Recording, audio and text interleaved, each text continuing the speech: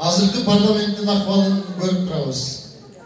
Muna şol kийinки келе турган парламент кандай болот ушул шайлоо керек деген төмөндөгү жазым менен кабыл алып койгула. Шайлоо керек. Жакындап шайлоо керек. Партиялар тизмеси такталууда.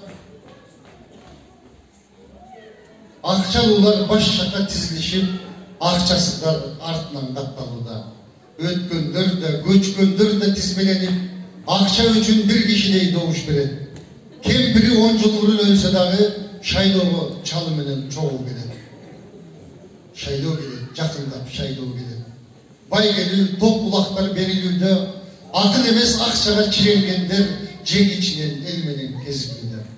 Шайлагын деп келишет, шайлагын деп 5 жылыкта койгон талапкерлер биздин бала колдогон ушуну деп баягы эле чуркаган саяпкерлер. Байкуш эл келечектен үмүт үзүп, балдарым тентип кетсе, убал болуп, сен болсо тагдырыңды өзүң чечпей, жүрөсүң соодагерге курал болуп. Баягы деп касамкорлор. Жаңачылган партияга кирип алган, учкул сөздөн убада ураан кылып, жарнактарды жайлатып илип алган. Шайлоо келет, жакындап шайлоо келет.